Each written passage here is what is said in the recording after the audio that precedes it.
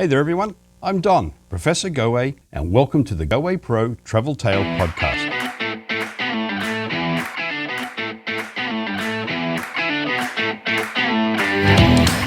Travel far and travel often.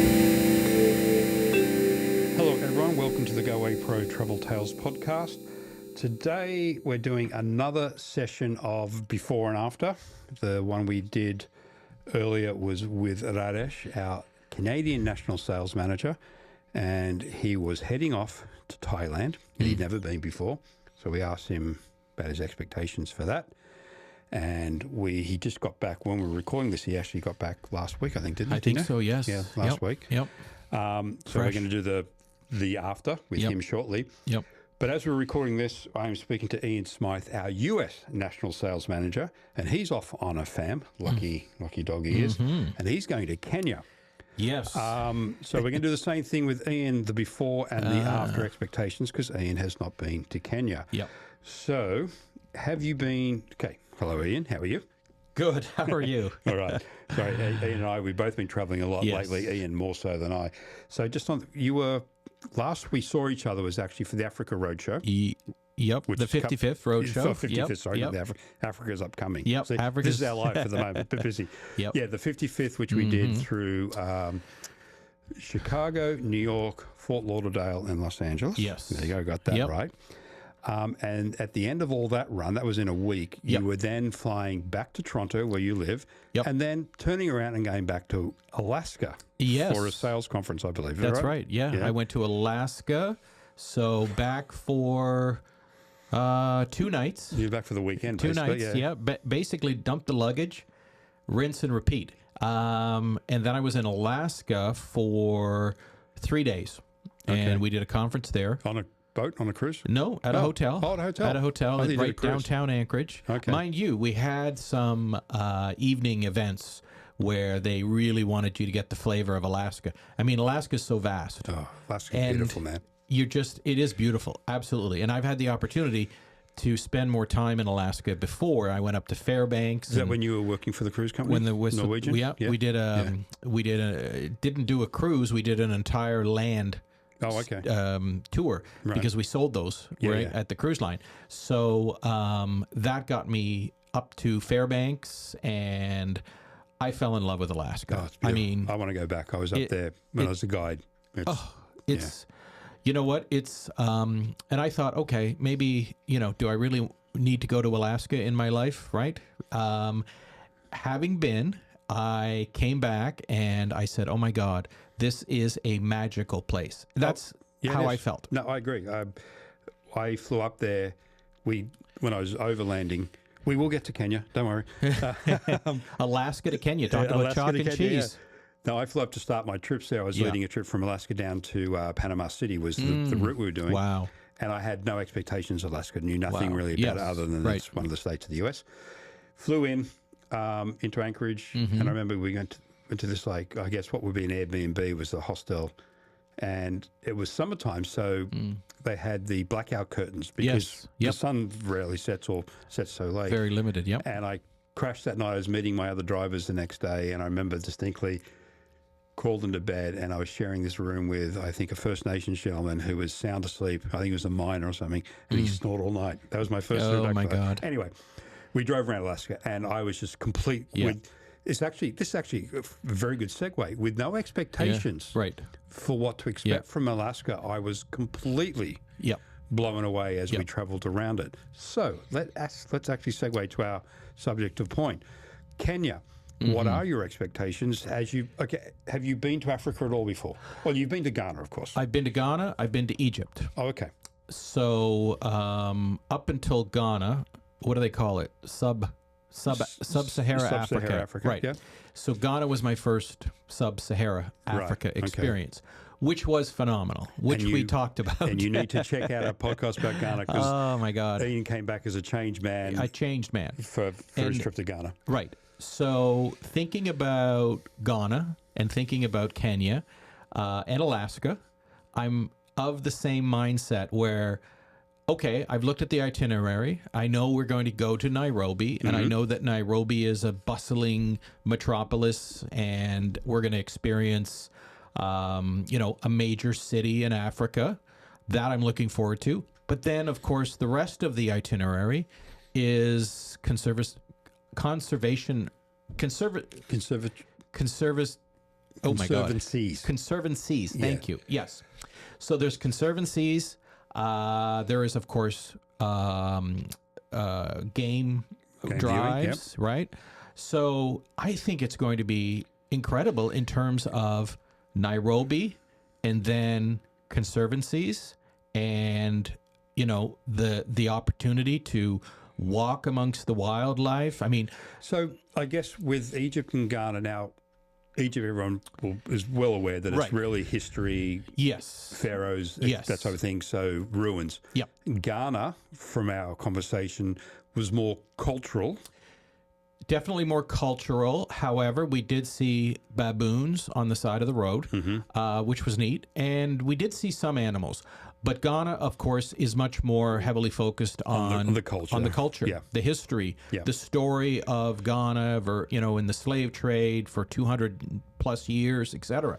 So Kenya is going to be, again, another whole different experience. Layer of Africa, Another layer of Africa, exactly, where it's going to really be a lot of focus on the wildlife, the game reserves, the conservation efforts that are going on in Kenya, because I think from my limited knowledge, they are kind of a leader in Africa in terms of the way that they are protecting wildlife. I think, again, I don't know for sure either, but I think a lot of the conservation efforts sprung out of Eastern Africa. Yeah. Obviously, you had Diane Fossey. Yeah. You had Jane Goodall, who just passed recently as well, which are probably two of the most famous conservationists when it comes to wildlife, both dealing with primates as well.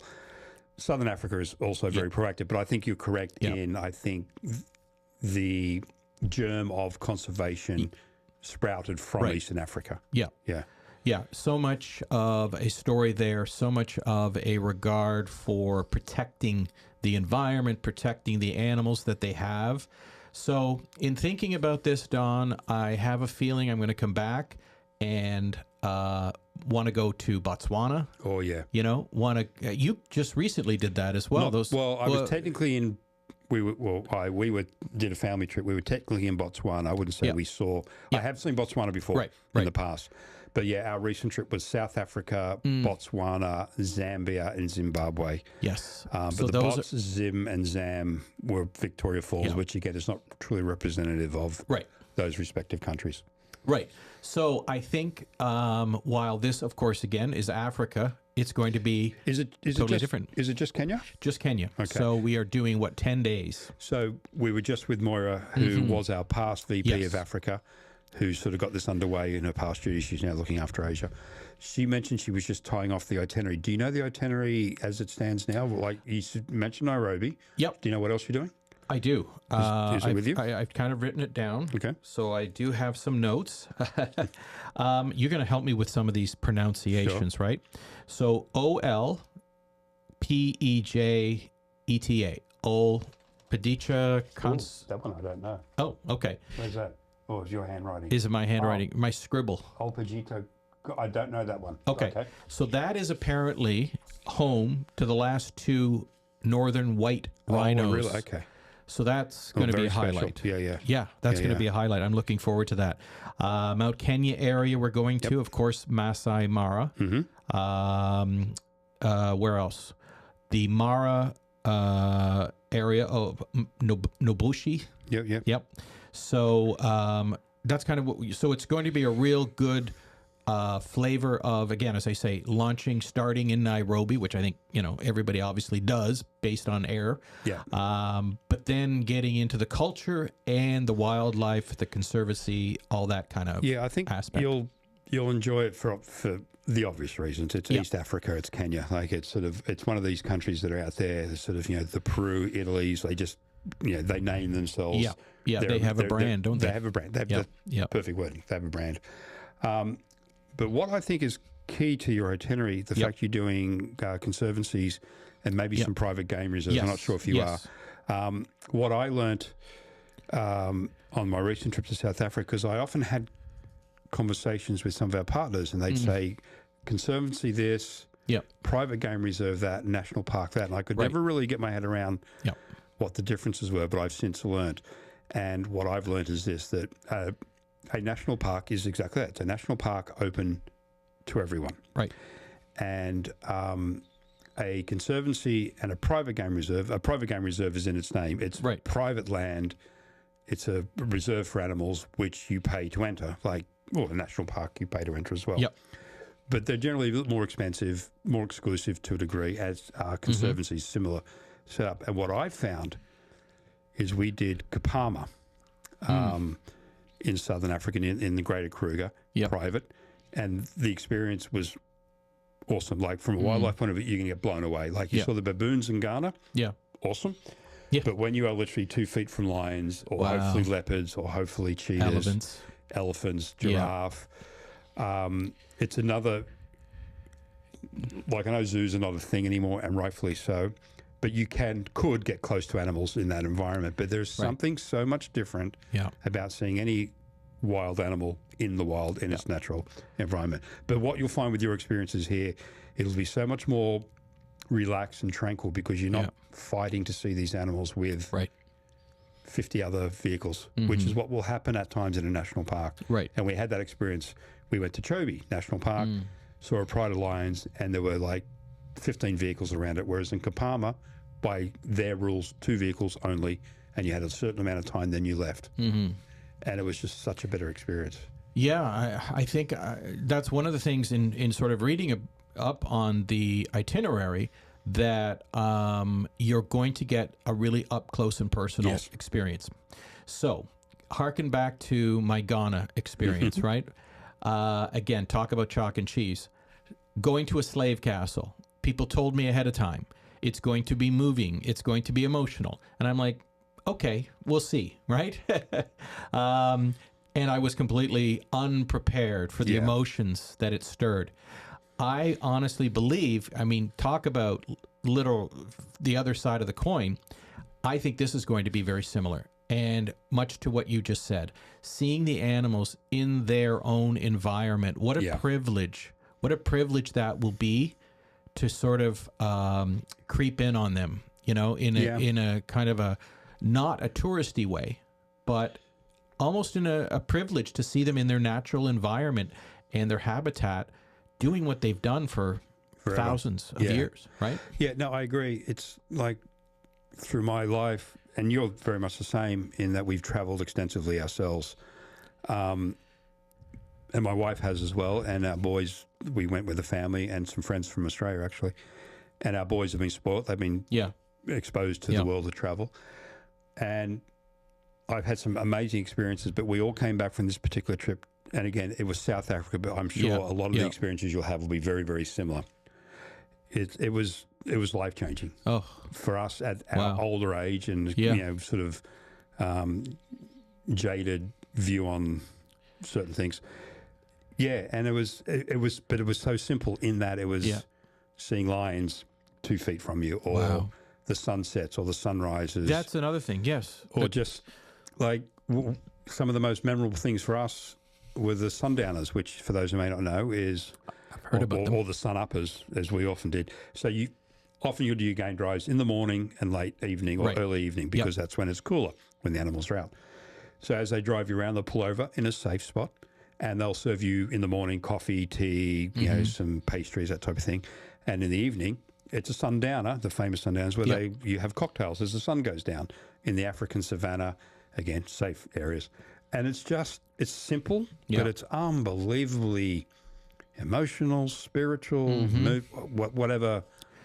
Yeah, whatever descriptive you want to use. It's almost like it's built into our DNA to appreciate this on a higher level, right? Yeah. That's kind of what I'm thinking, and I was reading exactly about sunrise, sunset. There are night drives that we'll do on this itinerary, which, again, from what I've been reading, are completely different from the morning, right? Even though same concept, but a whole different level of experience, I guess. Well, it is, because again, it depends how deep you not how deep a person you are, how deep you want to take it Yes. with yourself. But we did a couple of night drives as well. And going back to the wildlife, you said it, what wildlife have done for millions and millions of years. Yep. It's like if you go scuba diving, you're in another world and you realize how helpless you are as fish fly around you. Yep. Like you just can't react. Night drives to me is like going back to the primitive days where you're in their element. Yep. Right? They can see you, you can't see them. You hear noises in the bush. We were chasing down some hyenas. Never found them. We could hear them Oh, yeah. yelping in Very the dark. cool. So it's that sort of, and we saw lions at night. We saw lions mating at night, and we learned a whole lot of interesting stories about that, which I won't tell you because, I don't mean any, but like truly interesting, which I'll let your guys tell you about, hopefully. Okay, got it. But it's just, it's like there are so many different experiences doing the same thing, if that makes sense. Like it's wildlife, but morning is different to afternoon. Midday walking is different to an evening cave drive. Yeah, and I think I was talking to a travel advisor a couple of weeks ago. Where was I? Maybe it was at the conference in Alaska, now that I think about it. And she had been recently, like in the last Africa. year. To Kenya, as a matter of fact. Right. And we were comparing notes. And she went off in, so we were talking business. And then we started talking Kenya. And then she started talking about her experience.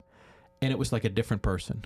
Like she was almost channeling whatever she was feeling when she was in Kenya. It affected her so deeply.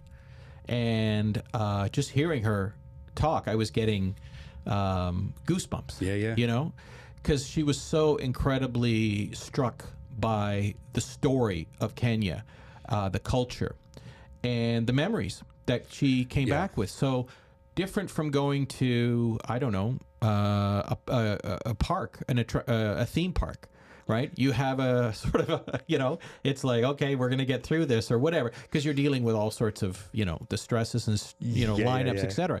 Then you have an experience like this, and it kind of takes you back to the roots of, this is why we travel. Yes. This is why we get out of our environment, because this is the world that we live in, and it exists, and it's available to go and experience. And what a life, you said it yourself, what a life-changing experience this will be. Whereas maybe going to a theme park, not going to be life-changing, right? So I'm looking forward to that. Everyone that is on the itinerary, the other travel advisors, none of them have been before. Okay, so on a more the technical side, so it's you and how many travel agents? We will be 6 in total. Okay. So a small group. Right. Small group. We will fly to, we'll connect through Istanbul. Thank you. So you're using Turkish Airlines? Thank you, Turkish Airlines. Okay. Yes. For those who were at our 55th Roadshow, Turkish were our platinum sponsor. Awesome airline. So shout out to Turkish. Thank you. Terrific partner of ours. So thank you. And so it's a small group, but it's all, there's one other person from Goway, I should mention. Who's that? Just out of curiosity. Lori. Oh, Lori. Laura's from marketing. I thought Laura was going to Australia. I think she's doing both. I don't know if she's doing both. Maybe we're gonna. She may have got a gold star for something that she did. Okay, I don't know. So we're gonna get to experience this. When are you going? When you fly out? We go November 2nd. Okay, so this is being recorded mid-October. Middle of October, so 2 weeks-ish. Okay. So I have a few more trips in between then and now. Business trips. Including a cruise, one of your favorite modes of vacation. Yeah. And then what do they used to say now for something completely different? Something completely different. Yeah, well, that's the thing, because Ian's history is he worked for Norwegian. Yeah. He is a theme park lover. He's a Disney boy. I do. You like your Disneyland? Yes. As well. But you're also, you're a connoisseur of, what's the word? Different styles of travel, which obviously a safari in East Africa will be. Right.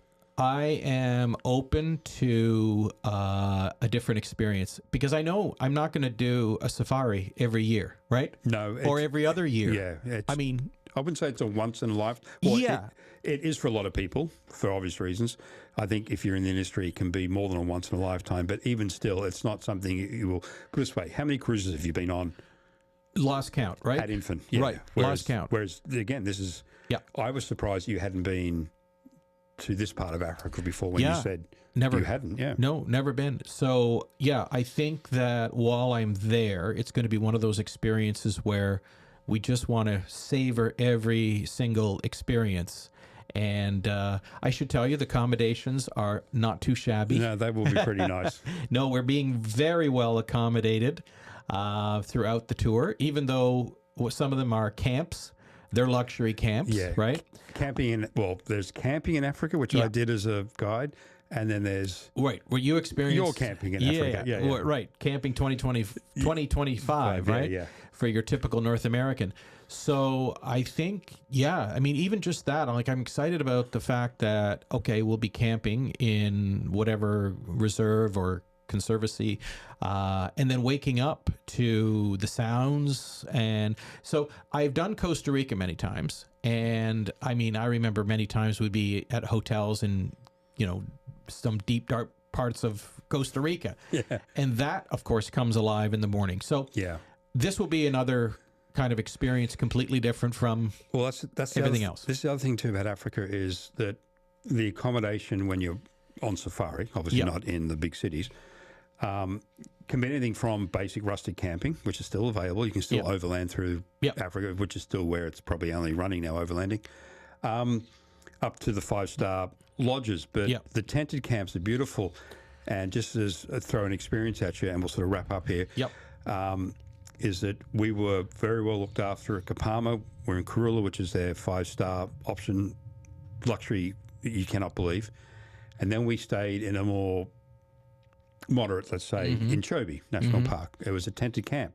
And we found the tented camp as good as the 5-star because we were literally in a tented camp. The walls were a tent, permanent. And literally you'd walk out on a little veranda, balcony, and there was a water hole with animals. Wow. Literally, there was an electric fence. Wow. It's all, safety is paramount, so you won't be put in any dangerous situations.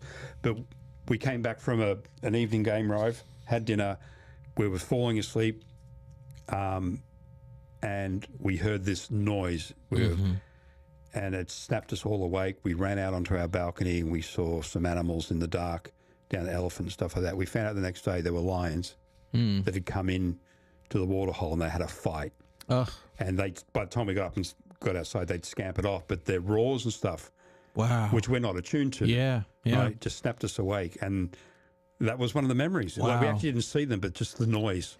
And being that close to it all. I can imagine what experiencing that would be like live and in person. As opposed to, hearing it on the internet or watching a lion roar at the beginning of a movie, right? There are so many predictions with AI and VR that, you in time you can just put your VR on and be in East Africa.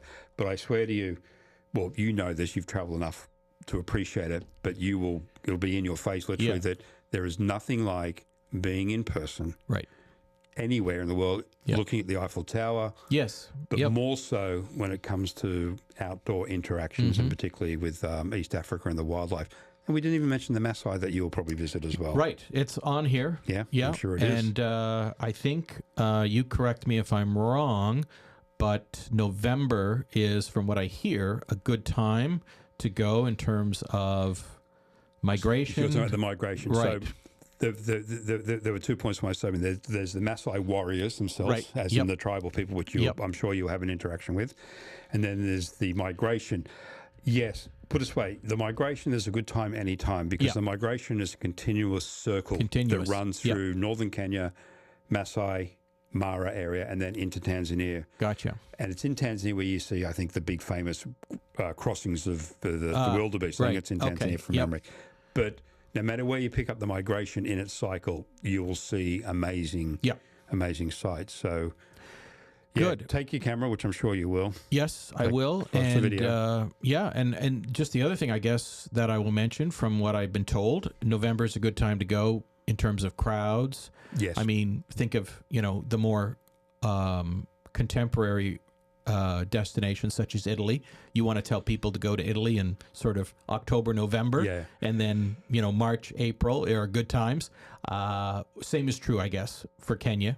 So we're going to have the luxury of not being completely surrounded by other safari goers. Yeah. So I just think it's going to be one of those experiences where I will get to talk about like I do when I talk to people about Ghana. Yeah, exactly. I get to tell the story of Ghana, and I immediately get taken back to my experience in the slave castles and what have you at the fishing village, which again is incredible. And I'm expecting to be able to do the same when I return from Kenya. Yeah, I'm sure you will regale us with stories. Yes. So anyone out there, if you want some information on Ghana, and I met a woman in Los Angeles just the other day who's taking a group to Ghana. Yes. 42 people she's taking. Ian's your man to help you sell it. If you have a group to Ghana, he was completely moved by it, understandably so. And I think from going back to what we said beginning, Egypt with its history, Ghana with its culture, Kenya with the wildlife, you're going to have the perfect triple layer cake of Africa. I think so. In about a month's time to talk to us about. So when Ian gets back, we will do a follow-up and see how blown away. Yeah, exactly. Not if he was. It's a definite how blown away he was by Kenya. We are going to do a dramatic before and after. Yeah, it'll be very dramatic. Okay, everyone, thanks for listening, and you'll see us in about 1 second as we cut to Ian and welcoming him back from Kenya. We'll join our regularly scheduled program after these messages. We now return to our regularly scheduled programming. Welcome to the new Goway studio. This is the first podcast we have done in the new studio. Thanks to our marketing team for, I guess, modernising our setup. We were just talking before we came on air how Ian liked the old setup of the tables and stuff. So do I, but I think... I'm a traditionalist. Yeah, you're a traditionalist? Yeah. But I think this is quite cool. I like it, though. It's cool. Yeah, I like Very nice. Our logo, our brand new logo. Yeah. Well, it's not so much new anymore. Absolutely. How long have you had the new logo? It feels like a long time, but it's probably, a year and a bit? A year and a half, I think. Year and a half, yep. Yeah. Anyway, we're not here to talk about our studio, though as pretty as it is, or our logo, which you'll know about. We're here to talk to Ian about his recent trip to Kenya. Yes. And you would have seen the first half of this podcast, or heard in this first half podcast, Ian's perceptions and expectations for his trip. Mm-hmm. He hadn't been there. So just a quick recap. I know everyone out there just listened to hopefully the first part of this. Yep. But Ian and I haven't spoken for a while. I've been away for about 6 weeks. You've been away. Yep. So I was think away. We've spoken to each other. It's probably been almost 2 months since we did the original. Probably, yeah. Okay. September, maybe? Yeah. So quick recap. Ian had not been to Africa other than Guyana, correct? Ghana and Egypt. Sorry, not Guyana. That's Yep, Latin that America. was- Ghana and Egypt. Right. Right. So this was the first time. So I guess what people would, when people think of Africa, they immediately would go to Eastern Africa, Kenya and Tanzania, Yep. Uganda, and then Southern Africa, primarily South Africa. But you went to Kenya.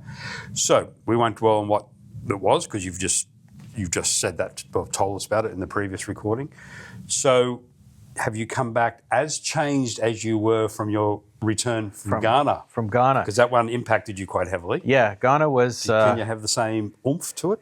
I think so, yes. Yeah. And interesting enough, we also went to Tanzania. Oh, you did? Yes. Okay. Illegally. Oh, it's on camera. That's right. I know. I was just thinking that. It's on the internet now. Yeah. Yeah, we stepped over the border. There's, in one of the conservancies you can go to, there's literally just like a little triangle, which is cement thing, and it says Tanzania that side, Kenya this side. Anyway, now, to that point, you do get because right along the border, there's a lot of hippopotamuses, hippos, I guess is easier to say. Hippopotami, maybe? Yeah, hippopotami. Yeah. But yeah, in terms of was I impacted, I was excited about going to Kenya, of course. Yeah. Who wouldn't be, right? Yeah. It's kind of the pinnacle when you think of going to Africa, doing game drives, and seeing animals. Yep. And I was actually just looking at the list. We had one of the agents on the FAM. This was part of our passport to a free FAM. We had one of the agents on the FAM, and thankfully to her, she was our secretary in recording the right. animals that we okay. saw. And the list grew to 96. Seriously? 96. Now, that includes birds. That includes, well, anything, any creature, really. So we saw everything. And that is one thing that you can almost guarantee people. If you have guests that say, you know what, we're ready to go to Africa, because typically it's a kind of a landmark for trip, sure. right? Yeah. Probably once in a lifetime. Well, just try to interject there. I was just speaking to one of our destination specialists yesterday, and he asked some advice on South Africa. They'd just been there. And he said, just whatever questions. Yep. And the trip that these people were asking for, it was quite rushed, to be perfectly honest. But what they said, it's a once-in-a-lifetime bucket destination. Right. We want to get as much in as we can in an appropriate amount of time. So, yeah, you're right. It is a big one on the list. It's a big one. Yeah. And people that say, okay, Kenya is on our radar. We want to go to Kenya. They're going there because they want to see animals. Yep. And they want to see them in their natural habitat. And boy, oh boy, 96 animals. So we saw everything. And you said, I think, because we tell a lie. Ian and I did chat, though not directly, at a sales meeting a couple of weeks ago. Yes. And you mentioned then, I think you said you saw the big five. Yeah, the big five we saw. So we saw everything.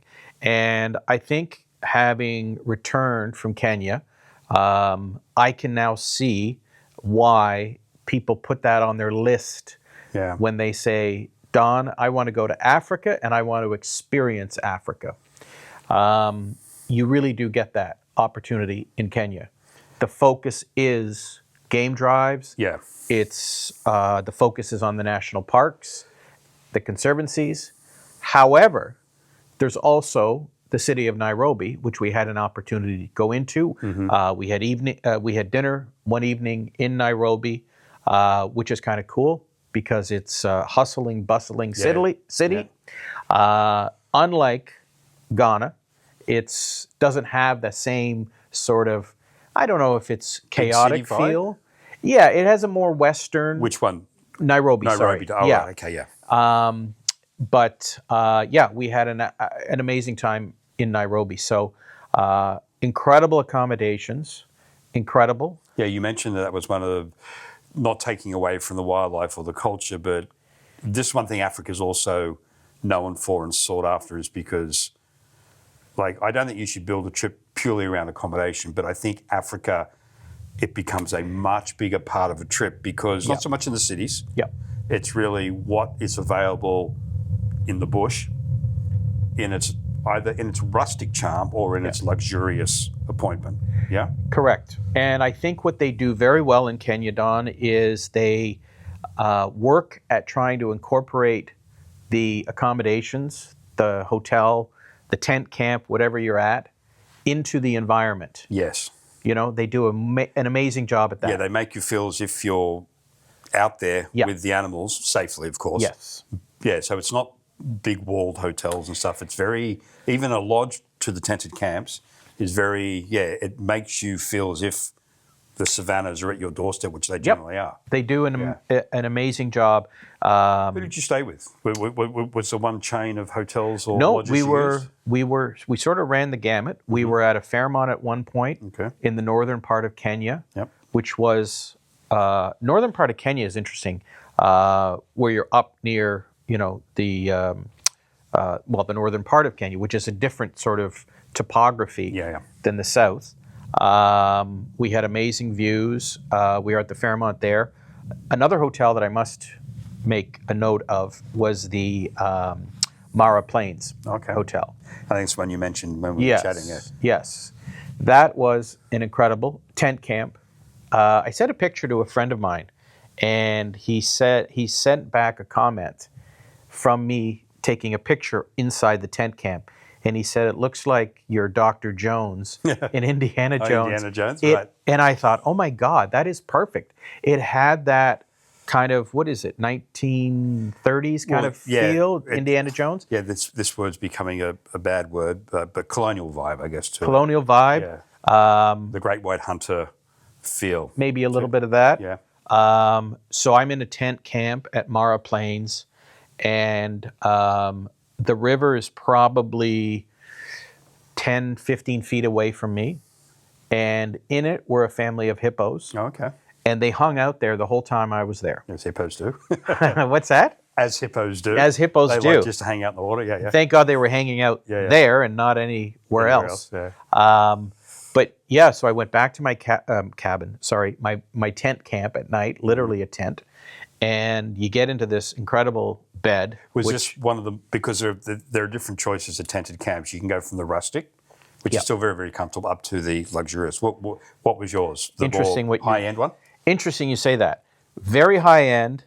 We were at dinner one night, and I was talking to the agents, and they said, they were talking about their doors to their tent. Mm-hmm. And I said, doors? What do you mean doors?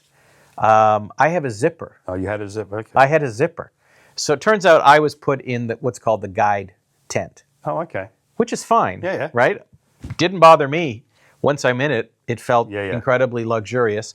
But it was an actual tent with a zipper, and you go in at night. You get escorted from from wherever you are on the property to your tent. Okay. Which was kind of nice. Now they don't escort you because of their concerns or safety or anything like that. They're escorting you because that's part of the service that they provide, and they all know your name. You brought this up, and I had the same experience in South Africa. Yep. That within half an hour of arriving at the lodge we chose, everyone knew our name. Now, again, it wasn't a big lodge, but still, that was very, we didn't really get introduced to them, but they just, I guess the documentation was there. And we checked in, put our bags in the room, came back for lunch, and they were saying, Mr. Don, Miss Jana, my wife's name, and you said you had a very similar experience. Very similar, yeah. The service is incredible. Yeah, which is... They make you feel like you are part of the environment. Yeah. So that was incredible. Tent camp, I highly encourage anyone to do something like that on their 12, 13-day itinerary, even if it's only 2 or 3 nights. As a tented camp, you mean? As a tented camp I agree option. With that. It's phenomenal. So we did that.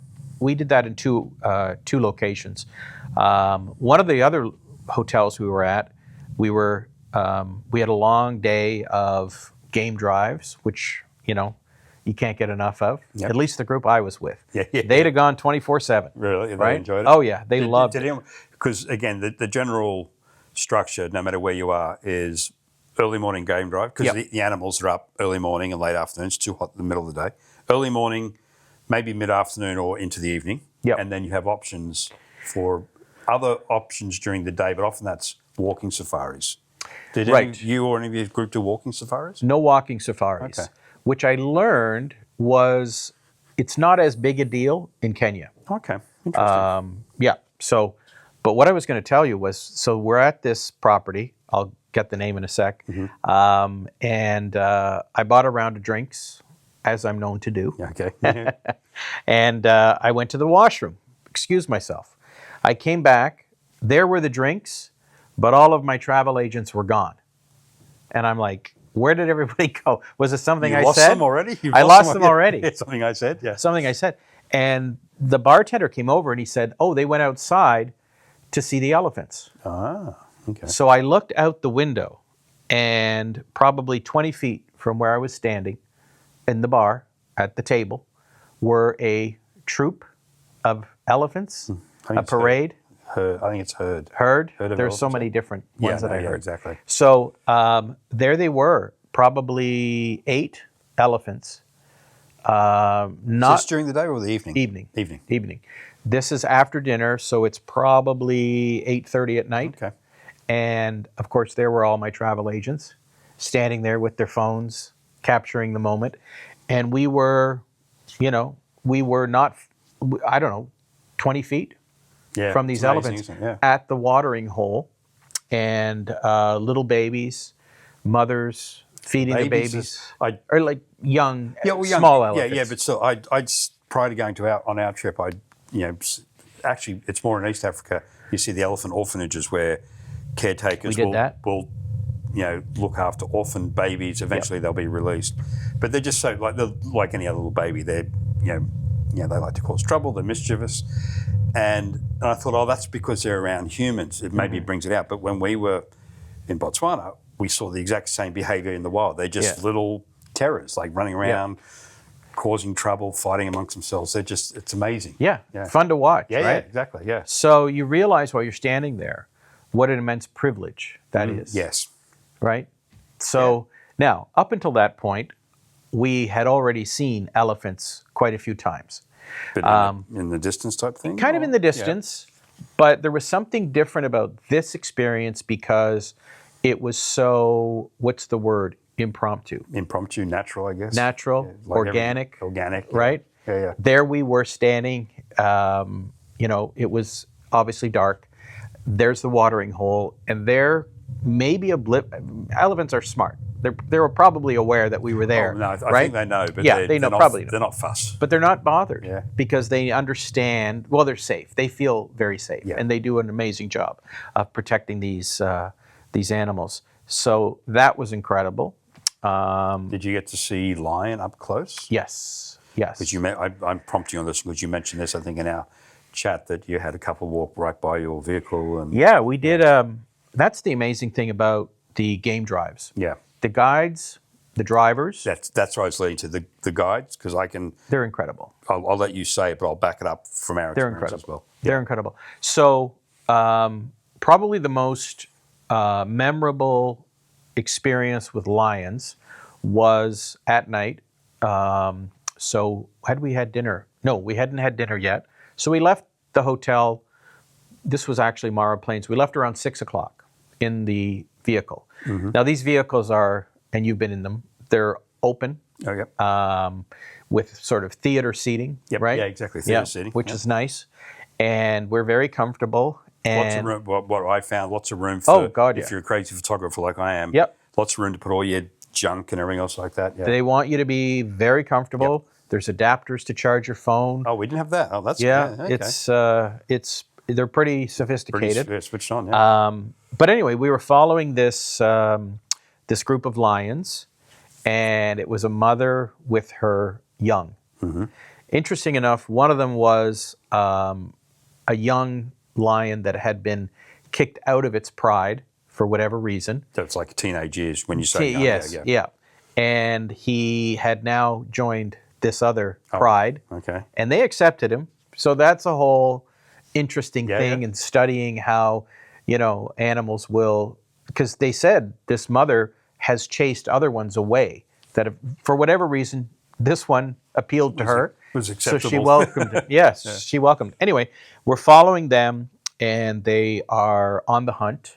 The game driver has a light on it that is red. So what he was concerned about is he doesn't want to alert the prey to us or to the pride, Right. or alert Or disrupt. in any way. yeah. Very, we want to be sort of in the background. Anyway, he turned off the light. We drove for probably a minute or two, came out somewhere else, and we sat there, and there came the pride. So he knew exactly. So he positioned himself for you. Yeah, he positioned us, and the mother probably walked as close as this table is to me. Right. She glanced over at me, and then just kept on going. Yeah. So, Emmy, you can hear a pin drop. It's complete silence. And this was in Mara. And you're watching this unfold. It's incredible. Oh, it is. It's something that if you grew up, you watch it on TV, you see it in books or whatever, and there you are up close and personal at that moment, watching this all unfold, and something that's been going on for thousands of years. Millennia. It's incredible. Yeah, and that's an interesting thing you bring up, and I think we said this when we had the sales meeting, we're chatting about it, is that particularly of late, but even before AI became a thing, there was talk back in the day of, you don't need to go anywhere on holiday anymore because you just put on your VR set and you can be there. And yeah, fair enough. Yeah. You could, and it could be real. And Yeah. since then, it's like advanced so much. But my personal feeling, I think you just said it yourself from your side of things, is that there is something different, Yeah. be it wildlife or anything else, seeing the Statue of Liberty, seeing the Eiffel Tower, whatever it may be, being there is different. Yeah. And when it comes to wildlife, to me, there's that next level up because, as you said, it's something that's natural. It's been going on for millennia. There's a whole structure to it, which you learn through your guides who... You learn a lot. As many questions as you want. We peppered our guide to death. Yeah. He was fantastic, answered every one of them. Yeah. As the next guide, I know he's probably heard 80% of them, Yeah. but he answered them like it was the first time he'd ever been asked. Right. There's nothing like seeing wildlife, and particularly the famous big wildlife. Yeah. And Africa is rightly famous for containing probably some of the most famous type of wildlife anywhere in the world. Yeah. So, yeah. And, to your point on the guide, so while we were driving, he would often pull over to the side or pull up to a bush or a plant or a tree, and he would be able to tell you what this bush is used for. Like there was everything. If you have an upset stomach, you crush these and you boil them and you drink them. This is what they use as a toothbrush, this leaf from this tree. It just goes on and on. So we were at a point where this is Mother Nature's CVS or Walgreens or whatever, right? Yeah. It's like everything is available to you in the savannah. Or in any of these parks. It's just incredible. And this thing about the guides too, then it's interesting because I had a friend of mine from Australia, go on safari, not with Goway, and he had a complaint that he felt his guide was just drive you from point A to point B. Mm-hmm. And he felt he didn't get the insights that you obviously got than we received as well. And that is a bit of a shout out to Goway because we picked the best guides, best companies. Yep. But a good guide, and I know this from being one, can make or break a trip. Right. And when you're in a situation like that where you want to learn as much and you ask all the silly questions, if the guide doesn't care, they might know, but if they don't have the enthusiasm, it takes away from your experience. Correct. And it sounds like you had the complete opposite. You had some people, because you had more than one guide, I know, who were passionate about it and, like the guy getting you to where he... Positioning you. And that's, as a photographer, that's what our guy did. He got me, I've got a beautiful shot of a lion in the night, and he drove ahead of, there's only another vehicle. He got in front, spotted the lion. Yeah. I got that magical shot because he's a photographer. He knew where to get us. He knew how, And he knew I was into photography, so he designed stuff around that as well. So, Yeah, they totally embrace the fact that you are there and you're there for a very limited time. Yes. And they bring the same level of enthusiasm as if it was their first time doing it. And there's obviously not, because they're extremely knowledgeable. Yeah. And to your point, we had probably 4 different guides throughout our trip. And your trip again was how long? How many days? We were 10 days. 10 days. 10 days. Is that on ground or was that including your flights?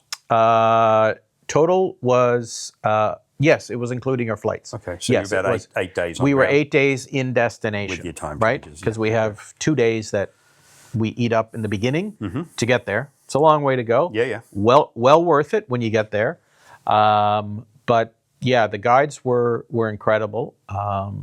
So they made the trip very.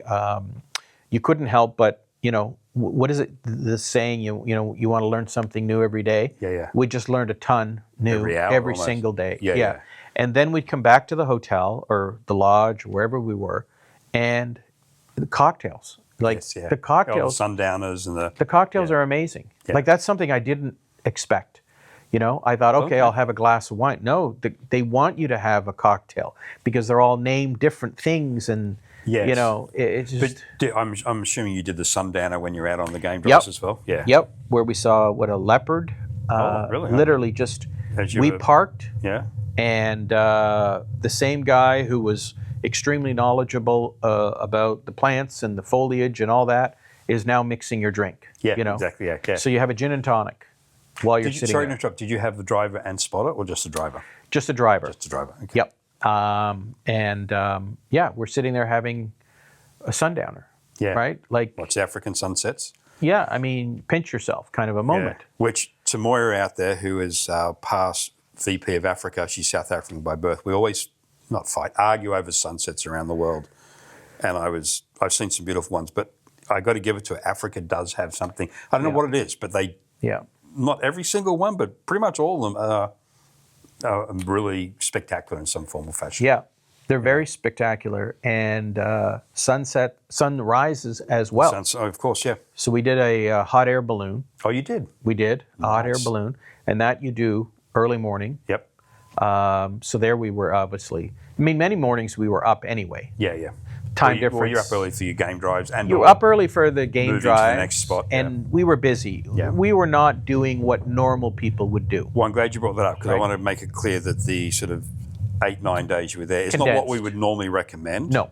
But it's a FAM, so obviously FAMs are compressed experiences. So probably 2 weeks minimum is our suggested length of Yeah, time. I think 2 weeks you could do Kenya very nicely. You'd come back and you'd be very, Content. content with your itinerary. Yeah. Exactly.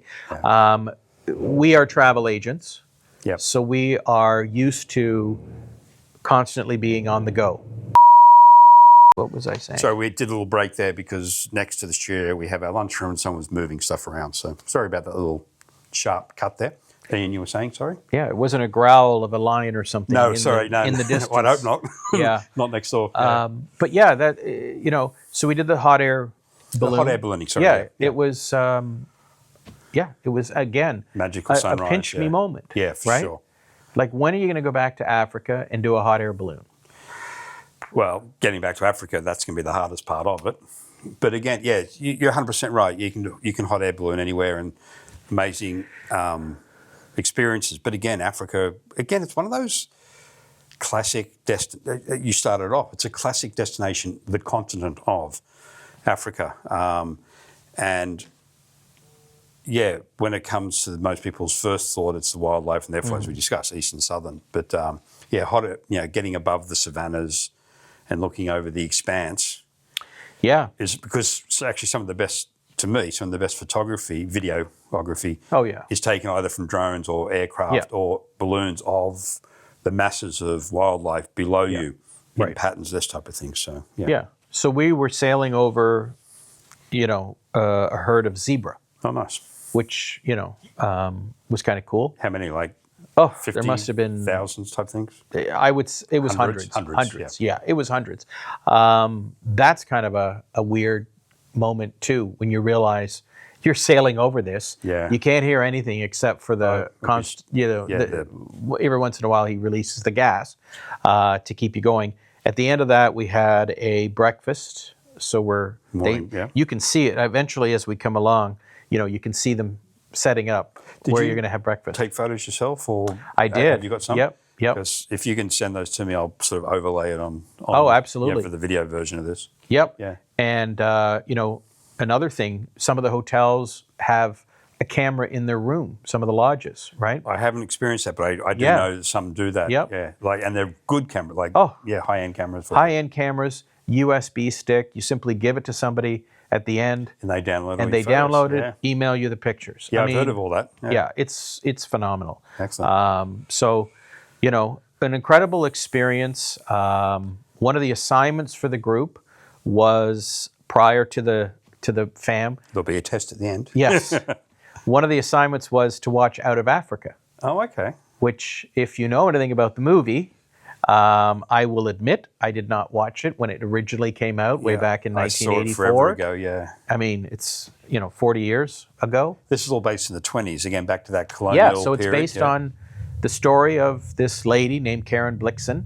who was Dutch, I think, from Meryl Yes. Streep, I remember. Yes, Meryl Streep, And Robert she won Redford. rave reviews for her accent because she she affected I think it was Dutch or Dutch type kind of accent, yes. Yeah. And we went to her house, Oh, you did? which was used Okay. in the making of the movie Out of Africa. We saw where an incredible life. Like, she really embraced Kenya and its people. And I think from memory, the story, she went out there with her husband. The husband died or left her. Or her something husband, like that. yeah, it was kind of an interesting marriage. Yeah, yeah. They weren't, I wouldn't say in love. Yeah, an open marriage. Or Yeah, it was kind of a, yeah, exactly. And they weren't maybe in love. But of Right. course, she did fall in love with the character Robert Redford played, who's Dennis, who died tragically in a plane crash. She ended up burying him on the property. I mean, it's a true love story, right? Yeah. But she had a real love affair for Kenya. Yeah. And she did a lot to help the Kenyan people and education, etc. But something we found interesting, we talked about the plane journey to get to Kenya. Oh my God, it was so long. Here we are sitting in a plane, watching movies, getting meals served to us and all that. How bad can it be? It took her 6 months to leave. If she wanted to go back home to Denmark. Yeah, because I think it was a freighter. They went out to the coast and Yeah. around South Africa. Yeah. Yeah. So she took her 6 months. Wow. 6 months to go and 6 months to come back. Plus whatever time she'd spend in Denmark. Right. Like, she was Danish. Okay. She was Danish. Okay. Incredible, right? So, we started chatting before, the history. Is there history in Kenya? So that I didn't even realize. And one of the questions that a travel agent had of one of the guides was, now in 2025, do we look back at Karen Blixen in a different light? Mm-hmm. Is it, and he said, absolutely not. What she did was very beneficial.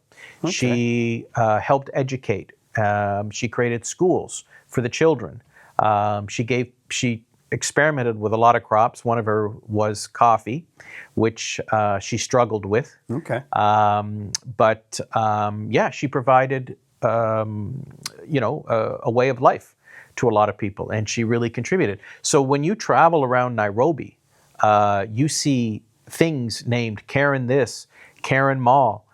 There's a district of Nairobi called Karen. This woman. Yeah. Like, they really regard her. So anyway, anyone going to Kenya should look at Out of Africa. Okay. And I think I'll have to revisit myself. So I did go looking for it after I came back, and it's incredible, the film quality. Yeah. When you look at a movie today versus a movie made 40 years ago, wow, what a difference. But anyway, if you can get past all of that, it really does capture Kenya very nicely. Kenya. Yeah, and the scenery is exactly as we saw, right? Okay. Like, it's just incredible. It's not made up. It is. It's not made up. It was real. So we had an opportunity to visit her home. We had lunch. They have a beautiful restaurant there. The food is another thing that surprised all of us. Oh yeah. Incredible food, incredible cocktails. Food. Cocktails don't count as food. Cocktails don't count as food. That's not a food group. Okay. One of the nights in Nairobi, we went out to this restaurant, and it was kind of an outdoor. I mean, they have a beautiful climate, so you don't need walls or whatever. And we all ordered different types of food, and it was just incredible. Yeah. Like, the service was great, the food was great. So, if anyone has concerns about traveling to, a country in East Africa such as Kenya, I would say don't have those. Yeah, you're going to love the food. It really surprised all of us, and the service was great everywhere we went. The people are incredibly open, and it was. I just can't. I just, there's not a negative that I can say. No. There really isn't. Yeah. A couple of other things that were interesting. So we did an elephant sanctuary. Mm-hmm. This was another great experience, but very limited, right? They only open from 11 till 12, and I want to say 2 days a week. So it's very limited because the focus is really on rehabilitating these animals. Yeah, versus introducing to the human. Right. Yeah, because they've already, to get to this point, they've already had some sort of tragedy happen to them or something. Bad experience. Yeah. So that was incredibly impactful, and we had an hour there watching, learning about the animals, seeing them in different stages, as you mentioned, the little ones up to the teenage elephants, etc. We also did a giraffe sanctuary, which is right near to Giraffe Lodge. I get a lot of agents asking me Manor Lodge. Yeah. I think it's called It's Giraffe changed the Manor. name. You're Oh, right. it's changed the name. You're right. It's changed the name. Yeah. It used to be called Giraffe Lodge. Yeah, or I think it's Giraffe called now Manor Lodge. Manor Lodge. Yep. Which is right next to the Giraffe Sanctuary. Right. So a lot of agents will ask me about Manor Lodge, and you do have to make a booking. I think it's a year, 2 At least years a in year advance. ahead, at least a year Yeah. ahead, yeah. However, if that's not feasible, you can do the Giraffe Sanctuary, which is literally right next door. Like you can see Manor Lodge, and there you have the opportunity to just visit the So I sanctuary. assume the sanctuary is the same concept as the elephant one, where it's giraffe Yeah. that have been abused or orphaned in the wild, Yeah. rehabilitated to, if possible, reintroduced, if not, looked after. Okay. Correct. Yeah. And there's some interaction you get with them, but it's also another great learning experience. You learn so much about giraffes that, like at one point they were passing around one of their legs, and like a skeleton, a bone. I'm glad you Yeah, clarified exactly. that. Thank you. Yeah, good point. And the weight, they're solid. So there's no marrow in their bones. They're actually solid. So when they kick an animal or as a self-defense thing, they can really put some heft to it. I just saw a video actually of a lion that had latched on to the hind of a, I think, full-size male giraffe. He eventually kicked him off. Yep. But the power, because they look so fragile. They do. They look like there could be just Yeah, like sort you of just yeah, break the legs. But those are solid. Yeah, this lion male held on, and the giraffe kept kicking, and eventually he kicked him off, and not just bumped it, as you say. Yeah. Like a full-size male was kicked a good 10 feet in the air. It was impressive. So they're interesting. And one of the national parks we went to at the very beginning of our time in Kenya was the Nairobi National Park, which is the only. And it's right outside the city, isn't it? Or in the city. It's right almost. there. Yeah. It's in the city. It's the only national park in a major city in the world, right? Yeah. So there you are, and it was giraffes that we first saw. You're looking at giraffes, and there's the skyline of Nairobi in the background. That's a pretty weird vibe. The airport is right there, so you see planes taking off. They've built a train that connects Nairobi to the coast. Oh, really? That goes right through the Nairobi National Park, which is neat to see. Animals amongst all of this. It was. Okay, one last thing before we say goodbye is you brought it up, and it's something I'd been asking our African operators for a while to explain, because I didn't get the concept of a conservancy, a private game reserve, and a national park. What was the difference? I've since learned, and you also found out. So do you want to briefly tell us what the differences are?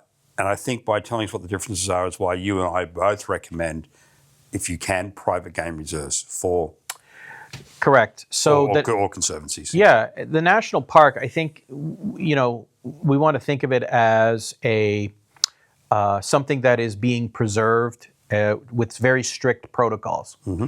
And what I mean by that is it's open from 7 a.m. till dusk, till 6:30. Yep. At that point, it closes.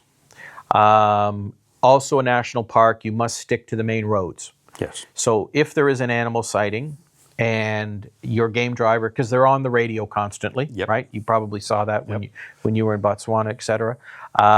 If they learn of an animal somewhere and they need to go off the road, you cannot do that in a national park. You must stay on the main path. So there's many, many more rules that you have to abide by. And I think what's key is the national park, as its name, it's a park for anyone. It is pay your entrance fee, go in from, as you say, 7 to dusk, whatever it may be. You could go in your private car. Go in your private car. Yep, anything like that. So very similar to like Banff or Yosemite or something like that. A conservancy or a private game reserve, those rules do not apply. So you can do night drives. We can do night drives. You can go off-road within reason. Like there are certain still rules in there. Correct. But because it's private or the conservancy, there's a little more flexibility in what you do. Yep. As you say, you have access, I wouldn't say 24/7, but late-night game drives are an option. Late-night game drives are an option. Driving off the beaten path, correct. Going off the main road, and we did that a lot in conservancies. Yep. if particularly we hear of a sighting, Exactly. the game drive, the driver will take the vehicle. These are obviously 4x4s. It's fairly flat terrain, but they're allowed to go off and get a little bit closer. So a conservancy, even a private reserve, one of the hotels we stayed at, the Fairmont, for an example, has their own private game reserve. And again, that's sort of their backyard, if you will. And the ability to drive off, the ability to just set up somewhere and have a sundowner, or, even in a private game reserve, they have little areas where they do evening barbecues. Yes. Right? So all of that is possible within a conservancy or a private game reserve, as opposed to a national park, which is much, a little stricter. And the other thing too, what I found is that because it's a private reserve and or conservancy, and there is a lodge, maybe two, but in our, or there were 4 lodges, but within the one owned area. As an example, when we were in the national park, there was a lion pride, and we zoomed there, and there were like 15 other vehicles around us. Right. When we were in our private reserve, and it's very ooty, and you pay a bit more for the private reserves Correct. at conservancies, but this is the reason why, is their internal rules were 2 vehicles per animal sighting only. So if you came across one, like a lion, you'd radio, we found lions at whatever, and they all knew where they were. And then only one other vehicle would come in, then you're allowed, unless something like a kill or a hunt, if it was just lions sleeping, you had about 10 or 15 minutes, get your photos, then you'd move off and the next vehicle would come in. So you were only sighting, often you were the only vehicle, but you'd only have 2 maximum. Correct. At a sighting. So to me, that was hugely better. That was really poor English. Hugely better experience than the national, though we saw amazing wildlife in the national park. So it does cost a bit more, but I think you and I would both agree that if you're going all that way to see wildlife, you should try and get the best experience you can. Yeah, it is more intimate experience. Yeah, and perfect word for it. To your point, we were watching a leopard, and there was 2 vehicles there, and off in the distance was a ranger, and he was watching to see, because we were waiting for one of them to leave for us to then drive up and have a look. So they do police that sort of thing, which is nice. But a national park, we were at some points one of maybe 7 or 8 other vehicles, right? Again, like, I don't want to take away from the animal experience you have there, but I just think having experienced both on the same trip in particular, that your more intimate experience will be on a conservancy or a private game reserve. And I think it's important to understand that if you're going to consider selling East Africa, selling a game drive experience, selling safaris. Interesting enough, safari, I think I said this to you during that same meeting, safari is a Swahili word for journey, which I think is perfect. They don't use safari a lot in Kenya. It's game drives.